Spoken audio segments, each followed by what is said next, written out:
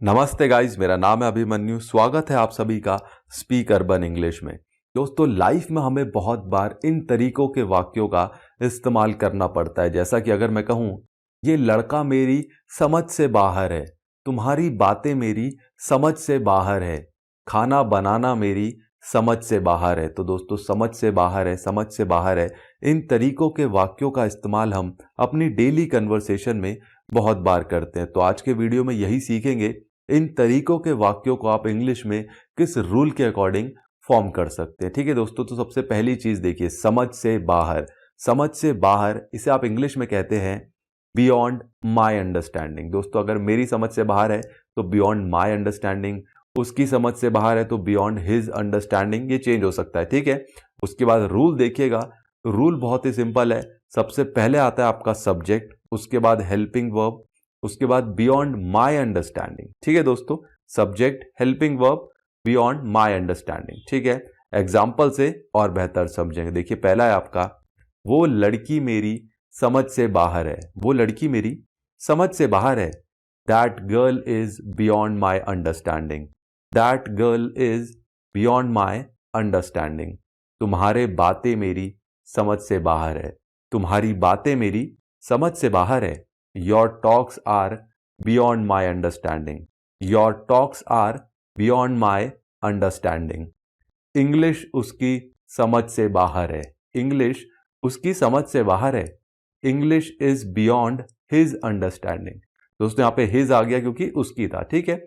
English is beyond his understanding. ये सवाल मेरी समझ से बाहर है। ये सवाल मेरी समझ से बाहर है।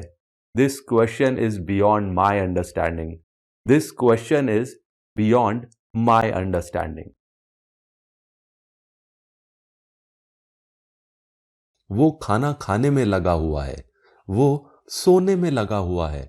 वो खेलने में लगा हुआ है। तो लगा हुआ है, लगा हुआ है, इन तरीकों के सेंटेंसेस का यूज हम अपनी आम बोलचाल में बहुत बार करते हैं। तो आज के वीडियो में यही सीखेंगे, इन तरीकों के सेंटेंसेस को इंग्लिश में किस रूल के अकॉर्डिंग आप फॉर्म कर सकते हैं। तो रूल देखिएगा दोस्तों, रूल बहुत ही सिंपल है। देखिए, सबसे पहले आता है आपका सब्जेक्ट। सब्जेक्ट के बाद आता है दोस्तों आपका इज, एम, आर, वॉज, वर, जो भी आपकी हेल्पिंग वर्ब्स होती है। उसके बाद बिजी, उसके बाद वर्ब और लास्ट में आईएनजी। ठीक है दोस्तों, बिजी के बाद इन या विद नहीं लगाते। दोस्तों ध्यान रखिएगा, गलती हम बहुत बार करते हैं कि बिजी इन प्लेइंग लगा देते हैं। नहीं, बिजी प्लेइंग। ठीक है, एग्जाम्पल से समझेंगे। तो बिजी के बाद इन या विद नहीं लगाना है, ठीक है। अब कहाँ पे इज आएगा, कहाँ पे एम, कहाँ पे आर, ये दोस्तों हम पुराने टेंसेस के वीडियो में बहुत बार पढ़ चुके हैं। जिनको डाउट है वो हमारे पुराने टेंसेस के वीडियोस देख सकते हैं। आइए दोस्तों, अब एग्जाम्पल देखते हैं। देखिए, पहला है आपका, वो बात करने में लगा हुआ है। वो बात करने में लगा हुआ है। He is busy talking. He is busy in talking नहीं होगा दोस्तों, ही इज बिजी टॉकिंग। ठीक है दोस्तों, बहुत ही सिंपल है। वो फोन चलाने में लगी हुई थी। वो फोन चलाने में लगी हुई थी। She was busy using mobile. She was busy using mobile. वो खाने में लगा हुआ है। वो खाने में लगा हुआ है। He is busy eating. He is busy eating. तुम बहस करने में लगे हुए हो। तुम बहस करने में लगे हुए हो। You are busy arguing.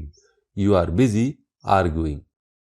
तुम तो लड़ने में लगे हुए हो। तुम तो लड़ने में लगे हुए हो। You are busy fighting. You are busy fighting.